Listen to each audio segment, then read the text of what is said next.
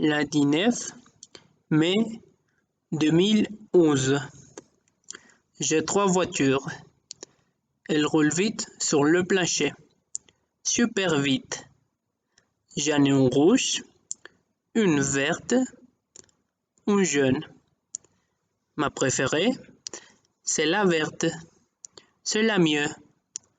Maman les aime aussi. J'aime bien quand maman joue avec moi et mes voitures. Elle préfère la rouge.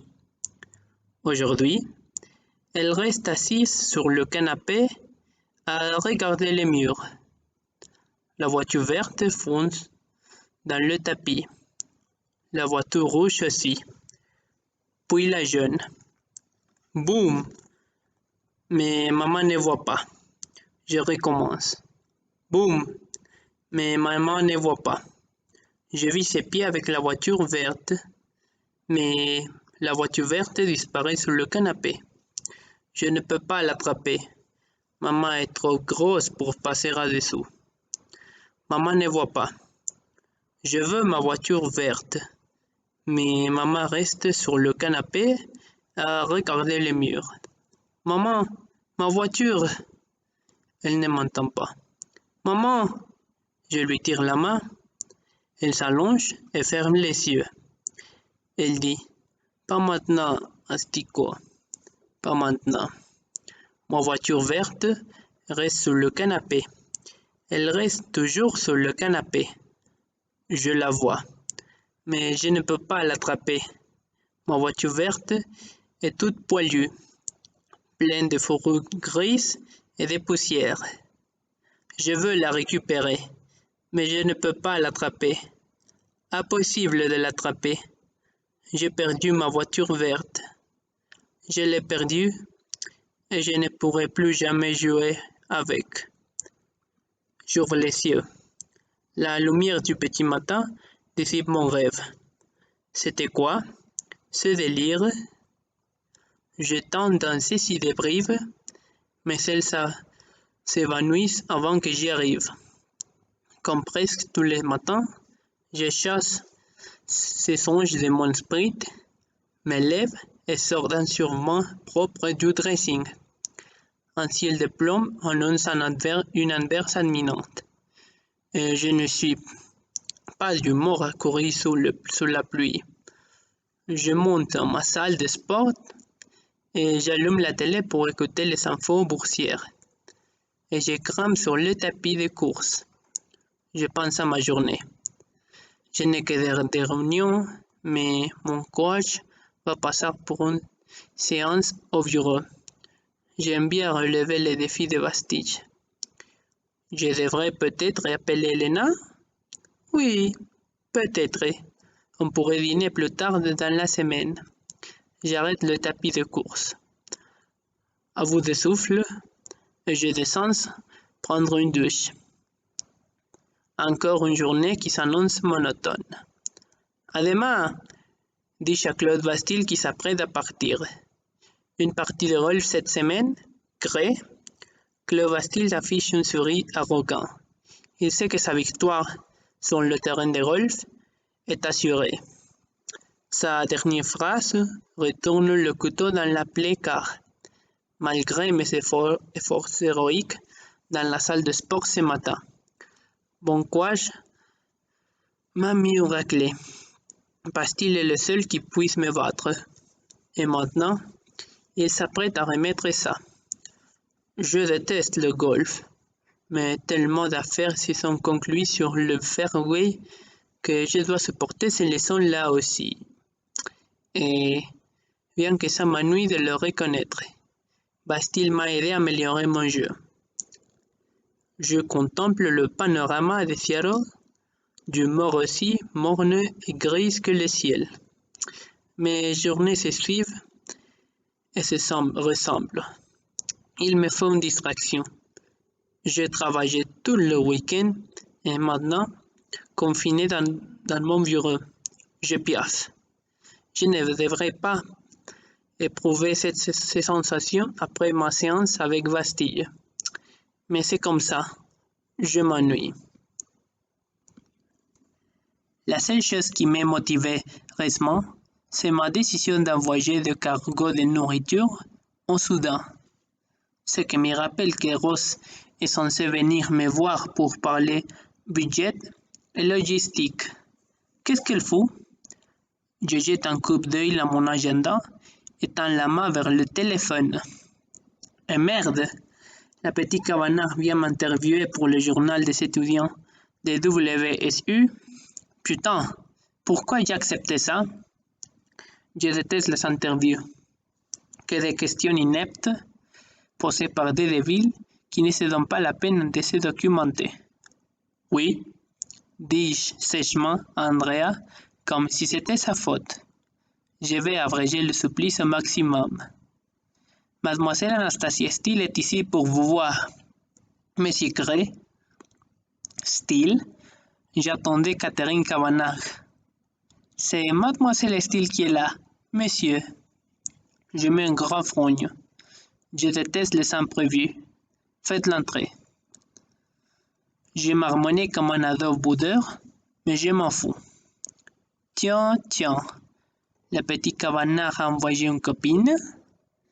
Je connais son père, propriétaire de Kavanagh Media. Nous avons fait des affaires ensemble. Il me donne l'impression d'être à la fois un entrepreneur avisé et un être humain rationnel. Cette interview, c'est une faveur à son intention. Faveur que j'entends lui rappeler au moment voulu. Et je dois avouer que j'étais barrement curieux de rencontrer sa fille pour voir si elle tient de lui. Un vacarme à ma porte me pousse à me lever d'un bond. Un tourbillon de longs cheveux châtains, de membres pâles et de bottes brunes tombe tête la première dans mon bureau. Je lève les yeux au ciel en réprimant mon harassement. Légitime face à tant de maladresse. Mais je me précipite vers la gamine qui a atterri à quatre pattes. J'arrive s'effraie l'épaule pour l'aider à se relever. Un regard mortifié raconte le mien. Je me fiche. Ses yeux sont d'une couleur extraordinaire. Bleu profond, d'une candeur stupéfiante. Un instant, j'ai l'affreuse sensation qu'elle peut lire directement en moi. Je me sens mis à nu, et cette idée me trouble. Son petit visage adorable s'est teinté de rose. Je me demande brièvement si toute sa peau est comme ça, sans défaut, et à quoi elle ressemblerait. Rossie, échauffée par la morsure de la canne, putain, alarmé par la direction que prennent mes pensées. Je refoule ce fantasme involontaire. Bordel, qu'est-ce qui te passe par la tête, Gray? Cette fille est beaucoup trop jeune. Elle me fixe. Bouche bée, et je me retiens de lever à nouveau les yeux au ciel. Ouais, bébé, c'est ma gueule. Mais la beauté, c'est superficiel. J'ai envie de faire disparaître ce regard admiratif de ces grands yeux blonds. Que le spectacle commence. On va se marrer. Mademoiselle Kavanagh, je suis Christian Gray. Vous ne vous êtes pas fait mal? Vous voulez vous asseoir? Elle rougit encore. Je me suis ressaisi et je la détaille. Elle est un peu apotée, mais assez jolie. Mince, pâle, avec une crinière acajou à peine contenue par un élastique. Vraiment mignonne, cette petite brune. J'étends la main. Elle commence à bafouiller des excuses. Mortifiée, sa peau est fraîche et veloutée, mais sa poignée de main est étonnamment ferme. Mademoiselle Kavanagh est souffrante. C'est moi qui la remplace. J'espère que ça ne vous ennuie pas, monsieur Gray. Sa voix est agréable, excitante, mais musicale. Ses longs cils papillons sur ses grands yeux bleus, toujours amusé par son intrigue fracassante. Je lui demande qui elle est. Anastasia Steele. Je prépare ma licence de lettres.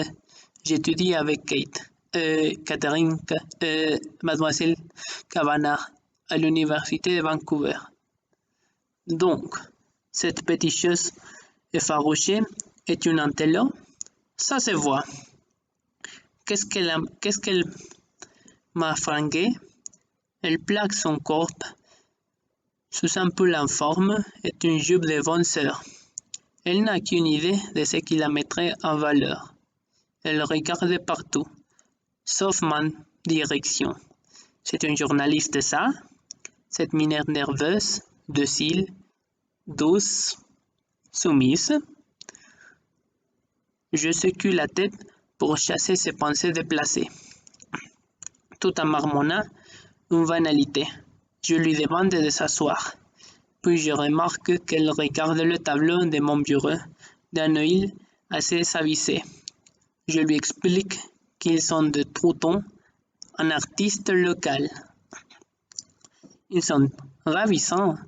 Ils rendent extraordinaires des objets ordinaires, déclare-t-elle rêveuse, plongée dans leur beauté exquise. Elle a un profil délicat, nez retroussé, lèvres pleines et douces. Et qu'elle dit de mes tableaux correspond exactement à ce que je pense. En plus d'être mignonne, Mademoiselle Steele est donc intelligente. J'acquiesce en marmonnant et elle rougit encore. Je m'assois en face d'elle en essayant de réfréner le tour de plus en plus salace que prennent mes pensées. Elle extrait une feuille de papier chiffonné et un dictaphone. Un dictaphone? Ça n'a pas disparu en même temps que les cassettes vidéo, ce genre de gadget. Mon nom de Dieu. Qu'est-ce qu'elle est empotée?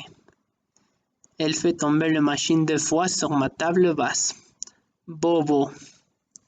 Manifestant, elle n'a jamais fait ça. Normalement, ce genre de maladresse me fit en rogne. Mais je ne sais pas pourquoi, elle m'amuse. Je cache mon sourire derrière mon index en m'arrêtant de l'aider à installer son matériel. Tandis qu'elle s'emporte de plus en plus, je songe que quelques coups de cravache pourraient l'aider à améliorer sa coordination. Habilement manié, l'instrument peut être passé les créatures les plus nerveuses. Elle lève les yeux vers moi et mord sa lèvre inférieure. Putain! Comment ai-je fait pour ne remarquer cette bouche-là? Désolé, je n'ai pas l'habitude de faire ça. Ça se voit, bébé, mais pour l'instant, je m'en fous, parce que je ne peux pas quitter ta bouche des yeux. Prenez votre temps, mademoiselle Steele. Il me faut encore un moment pour rassembler mes pensées indisciplinées. Gray, arrête, tout de suite. Ça vous ennuie que je vous enregistre? Me demandait-elle d'un air candide et plein d'espoir. J'ai envie de rire. Ouf. C'est maintenant que vous me posez la question? Après tout le mal que vous vous êtes donné pour installer votre dictaphone? Elle ouvre des grands yeux perdus et j'éprouve un pincement inhabituel de culpabilité. Arrête de te conduire comme un salaud, Gray. Je ne veux plus être responsable de ce regard-là. Non, ça m'ennuie pas. Kate, enfin, mademoiselle Kavanagh, vous a-t-elle expliqué la raison de l'interview? Oui, elle paraît dans le numéro de fin d'année du journal des étudiants, puisque je dois remettre des diplômes. Pourquoi j'ai accepté de faire ça? Je l'ignore. Mon attaché de presse m'assure que c'est un honneur et surtout, le département des sciences de l'environnement de la fac a un besoin de plus pour attirer des fonds, en plus de la subvention que je lui accorde. Mademoiselle Steele ouvre à nouveau des grands yeux, comme si ça l'étonnait, on dirait même que ça l'offusque. Elle n'essaie donc pas de commenter avant de l'interview. Ces pensées me refroidissent. Quand je accorde mon temps, je m'attends à un minimum de préparation de la part de mes interlocuteurs. Bien, j'ai quelques questions à vous poser, Monsieur Gray. Elle se cale une mèche derrière l'oreille, ce qui me distrait de mon harassement. Je m'en doutais un peu, dis-je sèchement, comme je l'avais prévu. Elle se tortille nerveusement, puis se ressaisit. Elle s'assoit bien droit et redresse ses petites épaules. Elle se penche pour appuyer sur le bouton enregistré du dictaphone et fronce les sourcils en consultant ses notes chiffonnées. Vous êtes très jeune pour avoir bâti un pareil empire. À quoi devenez-vous votre succès? C'est tout ce qu'elle trouve à me demander. Putain, tu parles d'une question bateau. Pas un gramme d'originalité. Ça me déçoit de sa part. Je ressens mon laïus habituel. Je suis ceinturé d'une équipe exceptionnelle, en laquelle j'ai toute confiance. À supposer que j'ai fait confiance à ce que si ce soit. Je peux bien mes collaborateurs, bla bla bla. Mais, mademoiselle Steele, le fait est que je suis un génie dans mon domaine. Je fais des affaires comme je respire. Racheter des entreprises en difficulté, les redresser ou, si elles sont vraiment récupérables, les démanteler pour vendre leurs actifs au plus offrant. Il s'agit simplement de savoir distinguer les deux cas, ce qui revient toujours à une question d'équipe. Pour réussir en affaires, il faut bien savoir s'entourer. Et pour ça, je suis plus doué que la plupart des gens. Ou alors, vous avez eu de la chance, tout simplement, fait-elle avec sa petite voix. De la chance? Non. Mais et puis quoi encore? De la chance? Non, ce n'est pas une question de chance, mademoiselle Steele. Elle paraît toute timide, comme ça. Mais quelle question! Personne ne m'a jamais demandé si j'avais eu de la chance. Travailler d'arrache-pied, m'entourer des collaborateurs hors pair, les surveiller de près, revenir sur les décisions si nécessaire, puis, s'ils ne sont pas à la hauteur, les virer. C'est ça que je fais, et je le fais bien. Ça n'a rien à voir avec la chance. Je t'en ficherai de la chance. En fichant mon érudition, je lui cite mon industriel américain préféré. Autrement dit, vous êtes une maniaque du contrôle, conclut-elle, absolument sérieuse. Mais qu'est-ce que ce regard de Candy m'a percé un jour? Contrôle, ce monde se comprend. Je la dévisage froidement. Oui, j'exerce mon contrôle dans tous les domaines, mademoiselle Steele. Et j'aimerais l'exercer sur vous, ici, maintenant. Ses yeux s'écarquillent, une jolie rougeur envahit à nouveau son visage et elle recommence à se mordiger les lèvres. Je continue à raconter n'importe quoi, juste pour éviter de regarder sa bouche. De plus, on acquiert un pouvoir immense que si on est persuadé d'être né pour tout contrôler. Vous savez le sentiment de détenir un pouvoir immense? Demandait-elle d'une voix douce. Elle hausse un sourcil délicat, qui trahit sa désapprobation. Je suis de plus en plus agacé. Elle faisait exprès de me provoquer. Qu'est-ce qui m'énerve le plus? Ses questions, son attitude, ou le fait qu'elle me trouble. J'ai plus de 40 000 salariés, mademoiselle Steele. Cela me confie de grandes responsabilités. Autrement dit, du pouvoir. Si j'ai décidé de jour au lendemain que l'industrie des télécommunications ne m'intéressait plus et que j'ai vendu mon entreprise, 20 000 personnes auraient du mal à boucler leur fin de mois. Ma réponse, ça laisse la bouche bée. Voilà qui est mieux. C'est comme ça, mademoiselle Steele. Je sens que je commence à retrouver mon sang-froid. Vous n'avez pas de compte à rendre à votre conseil d'administration? Mon entreprise m'appartient. Je n'ai aucun compte à rendre à qui que ce soit, dis-je sèchement. Elle devrait le savoir. Quels sont vos centres d'intérêt en dehors du travail? Poursuit-elle précipitamment. Elle a compris que j'étais furieux et, pour une raison que je ne m'explique pas, cela me fait extrêmement plaisir. J'ai des centres d'intérêt variés, mademoiselle Steele, très variés. J'ai souri en l'imaginant dans des différentes positions dans ma salle de jeu. Menotté à la croix de Saint-André, écartelé sur le lit à Valdanquin, offerte sur le vent à fouetter, bordel de merde. Qu'est-ce qui me prendre? Tiens donc, elle rugit encore. C'est comme un mécanisme de défense. Dieu calme gré.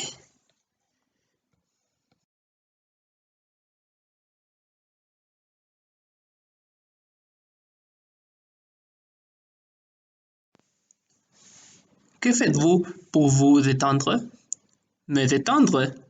Je souris. Ces mots sont curieux dans la bouche de cette insolente. Est-ce que j'ai le temps de me détendre? N'a-t-elle aucune idée du nombre d'entreprises que je contrôle? Mais quand elle me dévisage avec ses grands yeux bleus ingénus, je me tente de réfléchir sérieusement à sa question.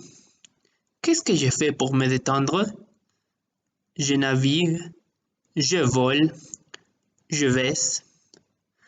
Je teste les limites de petites brunes comme elle, je les dresse. Cette pensée m'oblige à changer de position, mais je lui réponds calmement en omettant mes deux passés-temps préférés. Vous avez aussi investi dans l'industrie navale. Pour quelle raison? Sa question me ramène malencontreusement au présent. J'aime construire, savoir comment les choses fonctionnent. Et j'adore les bateaux. Qu'ajouter de plus? Qu'il permet de distribuer les aliments sur la planète, de transporter la production de nati aux plus démunis. Quelle meilleure raison d'aimer les bateaux? Là, on dirait que c'est votre cœur qui parle, plutôt que la logique et les faits. Encore, moi, et non, bébé. Mon corps a été massacré jusqu'à en être méconnaissable il y a bien longtemps. Peut-être, mais certains disent que je suis sans cœur. Pourquoi? Parce qu'ils me connaissent. Je lui adresse un sourire ironique. En réalité, personne ne me connaît à ce point, sauf peut-être Elena. Je me demande ce qu'elle penserait de la petite mademoiselle Steele. Cette gamine est un concentré de contradictions.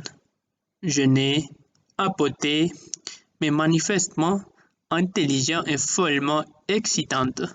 Oui, d'accord, j'avoue, elle est assez vendante. Elle récite machinalement la question suivante. Et d'après vos amis, vous êtes quelqu'un de facile à connaître? Je suis quelqu'un de très secret, mademoiselle Steele. Je m'efforce de protéger ma vie privée. Je ne donne pas souvent d'interviews. Faire ce que je fais, vivre la vie que j'ai choisie, m'impose le secret. Pourquoi avoir accepté celle-ci? Parce que je suis l'un des mécènes de l'université et que je n'y rêvais pas à me débarrasser de mademoiselle Kavanagh. Elle n'a pas arrêté de harceler mon service de presse et j'admire ce genre de ténacité. Mais je suis ravi que vous soyez venu à sa place. Vous investissez aussi dans les technologies agroalimentaires. Pourquoi ce secteur vous intéresse-t-il? On ne peut pas manger l'argent, mademoiselle Steele. Il y a trop de gens sur cette planète qui n'ont pas de quoi manger. Je la fixe. Impossible. Alors, c'est de la philanthropie? Nourrir les affamés? C'est une cause que vous tient à cœur? Elle me dévisage, perplexe, comme si j'étais une espèce d'énigme à résoudre. Mais pas question que je laisse ces grands yeux bleus plonger jusqu'à rejoindre le plus obscur de mon âme. Je n'aborde jamais ce sujet. Jamais. C'est un bon investissement. Je hausse les épaules comme si j'étais blessé, alors qu'en réalité, j'imagine en train de baisser cette bouche insolente. Oui, cette bouche a besoin d'être dressée. Voilà une idée séduisante. Je me permets de l'imaginer à genoux devant moi. Avez-vous une philosophie? Si oui, laquelle? La voilà qui recommence avec ces questions. Je n'ai pas de philosophie. En tant que telle, peut-être un principe directeur, celui de Carnegie. Tout homme qui acquiert la capacité de prendre pleine possession de son propre esprit peut prendre possession de tout ce qu'il croit estime avoir droit.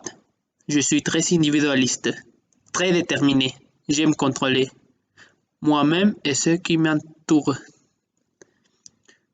Vous aimez les biens matériels? Ses yeux s'écarquillent. Oui, bébé, à commencer par toi. Je veux les posséder si je les mérite. Mais oui, pour résumer, je les aime. Cela fait-il de vous un consommateur compulsif? Sa voix a encore pris un accent désapprobateur. Et je me fâche à nouveau. Encore une gosse de riche qui n'y manquait de rien.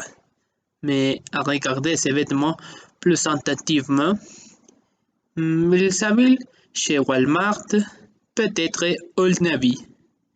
Je constate que je me trompe sur son compte. Non, elle n'a pas grandi dans une famille aisée.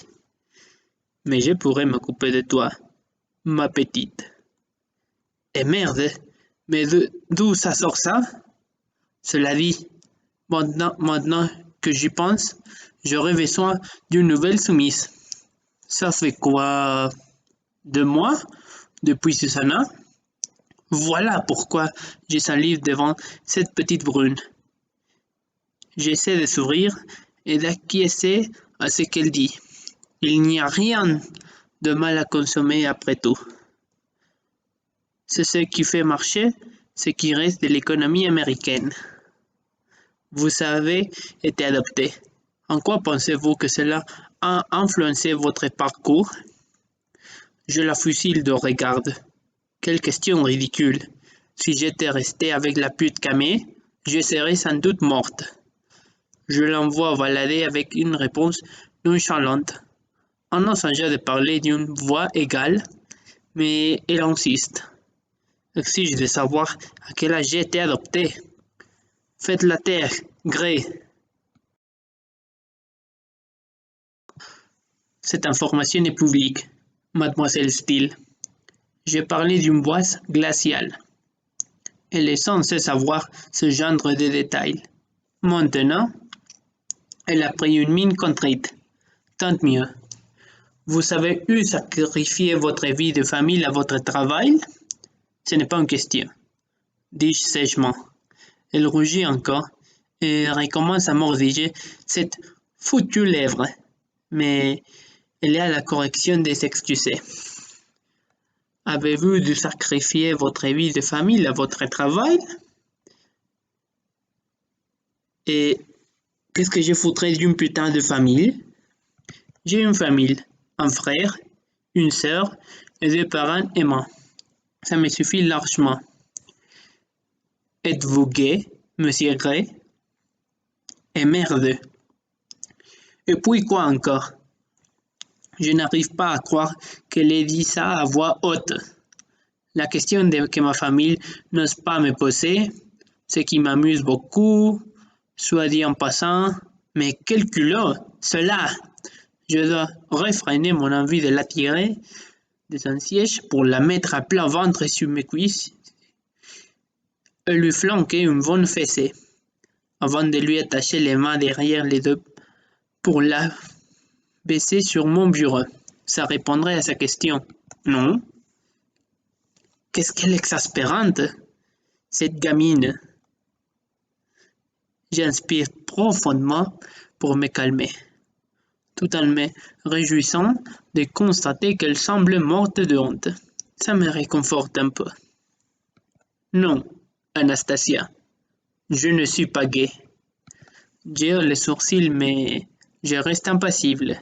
Anastasia, quel joli prénom.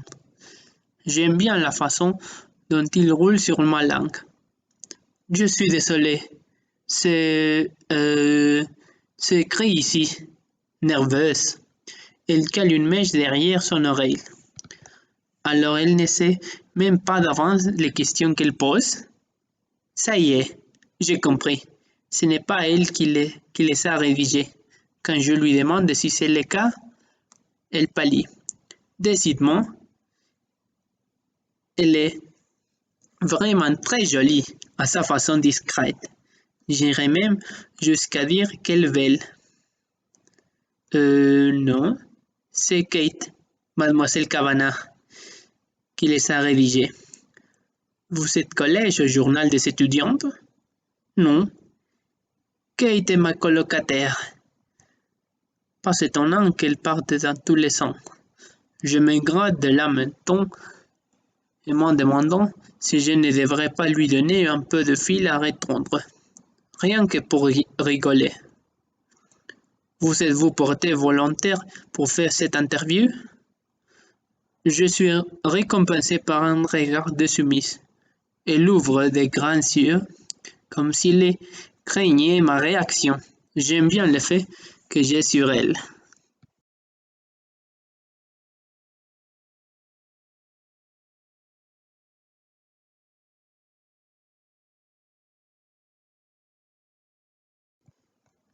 J'ai été recruté de force. Kate est souffrante, fait-elle d'une voix douce, ce qui explique bien des choses. On frappe à la porte. Andrea apparaît. Monsieur Gray, excusez-moi de vous interrompre, mais votre prochain rendez-vous est dans 2 minutes. Nous n'avons pas terminé. Andrea, s'il vous plaît, annulez mon prochain rendez-vous. Andrea hésite en me fixant. Évahi, je la dévisage. Du vent. Tout de suite. Je m'occupe de la petite mademoiselle Steele. Là. Andrea s'empourpre, mais se ressaisit aussitôt. Très bien, monsieur Gray, dit-elle en tournant les talons. Je me consacre de nouveau à la créature curieuse et exaspérante posée sur mon canapé. Où en étions-nous, mademoiselle Steele? Je vous en prie, je ne veux pas bousculer votre emploi du temps. Oh non, bébé, ne te défile pas. À moi, maintenant. Je veux savoir si ce veut surcrache des secrets. Je veux que vous me parliez de vous. Il me semble que c'est de la bonne guerre. Quand je me cale dans le canapé et que je pose mes doigts sur mes lèvres, son regard se porte une seconde sur ma bouche et elle déglutit. Goué. Bon, comme d'habitude. Mais en fait, je suis ravi de constater qu'elle n'est pas entièrement insensible à mon charme. Il n'y a pas grand-chose à raconter, dit-elle en rougissant à nouveau. Je l'intimide. Tant mieux. Quels sont vos projets après la fin de vos études? Elle hausse les épaules. Je n'ai pas de projet précis, monsieur Gray. Pour l'instant, il faut simplement que je passe ma licence. Nous proposons d'excellentes tâches. Merde! Qu'est-ce qui m'a pris de dire ça? J'ai transgressé une règle d'or. Ne jamais, jamais baisser le personnel. Maigret, tu ne baisses pas cette fille. Elle semble étonnée. Ses dents s'enfoncent encore une fois dans sa lèvre. Pourquoi est-ce que ça m'excite autant? Je m'en souviendrai, marmonnait-elle avant d'ajouter. Mais je ne suis pas certaine d'être à ma place, ici. Et pourquoi pas? Bon sang, qu'est-ce qu'elle lui reproche à ma boîte? Pourquoi dites-vous ça? C'est évident, non?